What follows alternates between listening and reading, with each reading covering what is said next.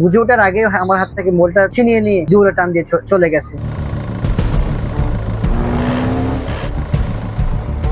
চট্টগ্রাম কক্সবাজার মহাসড়কের কক্সবাজার সদর থেকে রামু বাইপাস পর্যন্ত এখন পরিণত হয়েছে চরম অনিরাপদ এক সড়কে।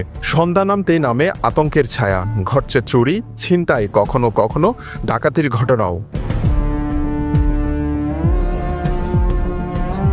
বিশেষ করে শহরের কলাতলি থেকে রামুর কলঘর পর্যন্ত এ সড়কে মোটরসাইকেল যুগে ছিনতাইকারীরা উৎপেতে থাকে। প্রধান টার্গেট সিএনজি ও টমটম অটোরিকশার যাত্রীরা। চলন্ত গাড়িতে যাত্রীদের হাতে মোবাইল ফোন দেখলেই মুহূর্তে বাইকের আরোহীরা পাশে এসে ছিনিয়ে নিচ্ছে মূল্যবান স্মার্টফোন।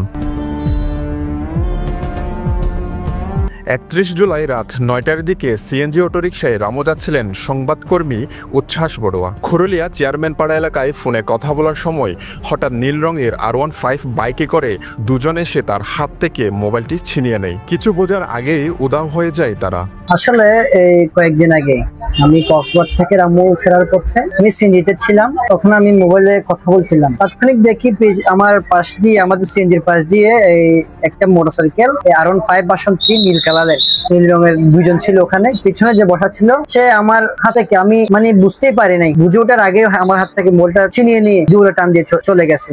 পরে অনুসন্ধানে বেরিয়ে আসে ছিনতাইকারীদের নাম ও পরিচয়। তারা হলেন সদরের জানেঘুনা এলাকার জোনায়েত, পিএমখালীর বাবু, খুরুলিয়ার নায়েম ও রায়হান সহ আরও অনেকেই জড়িত এই ছিনতাইয়ে।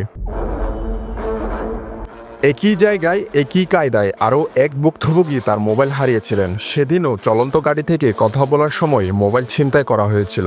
নিউজ করার আসার পথে কক্সবাজার মেডিকেল কলেজের সামনে দুটো বাইক এসে, একটা 4B, একটা R15 এসে আমাদের গাড়িকে চাপে দিয়ে আমি কথা বলতেছি, কথা বলার সময় মোবাইলটি টান নিয়ে চলে যায়।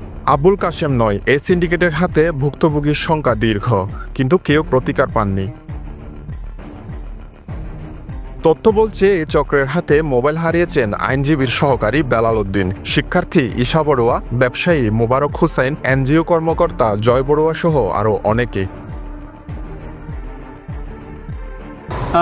রাত আনুমানিক 11টার দিকে ওই খরুলিয়া গ্যাস পাম্পের সামনে দুটো ছেলে এসে হুট করে আমার হাত থেকে মোবাইলটা নিয়ে গাড়ি জোরটান দিয়ে চলে যায়। গত 4 মাস আগে কক্সবাজার থেকে আমার মাকে ডাক্তার দেখে আসার সময় রিং রোডের পরে হচ্ছে মেরিন সিটির সামনে আমার সিএনজি থেকে আমার হাতে ফোন চালানো অবস্থায় একজন বাইক যাত্রী এসে আমার হাত থেকে হচ্ছে আমার মোবাইলটা নিয়ে যায়। তবে পুলিশ বলছে ঝুঁকিপূর্ণ এসব এলাকায় নিরাপত্তা জোরদার করার জন্য তারা টহল বাড়িয়েছে। সদর থানার 7 থেকে 5টা মোবাইল টিম কাজ করে। তো এবং এইরকম যে এলাকাগুলোতে ছিনতাই প্রবণ, চুরি হয়, মানুষকে হয়রানি করে, এই এলাকাগুলোতে সাধারণত আমাদের ভিজিবিলিটি বাড়ানোর জন্য আমাদের petrol group duty, night petrol এগুলো কাজ করে। ঘটনার পর উচ্ছ্বাস বড়ুয়া ও আবুল কাশেম সদর থানায় পৃথকভাবে লিখিত অভিযোগ করেছেন। স্থানীয়রা বলছেন ছিনতাইকারীদের শনাক্ত করা গেলেও প্রশাসনের গাফিলতির কারণে তারা ধরাছোঁয়ার বাইরে। এত কিছুর পরও কিন্তু আমাদের যে দেশে অনেক আইন শৃঙ্খলা বাহিনীর সেক্টর রয়েছে, তাদের কোনো তৎপরতা আমরা দেখিনি। আমরা চাই যে এটি এখানকার পুরো মানুষের জন্য উদ্বেগজনক একটা বিষয়। এই বিষয়টি যেন আইন শৃঙ্খলা বাহিনী কঠোরভাবে নিয়ন্ত্রণের উদ্যোগ নেয়। জনসাধারণকে বলবো যে তারাও সতর্কতার সহিত নিজেদেরকে আগলে রাখার চেষ্টা করে, আর পাশাপাশি আইন শৃঙ্খলা বাহিনী যাতে টহল জোরদার করে এবং একটু কড়া নিরাপত্তার ব্যবস্থা বিধান করে।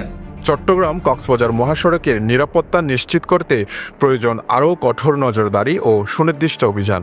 না হলে প্রতিদিনই আতঙ্কে কাটবে নিরীহ যাত্রীদের যাত্রাপথ।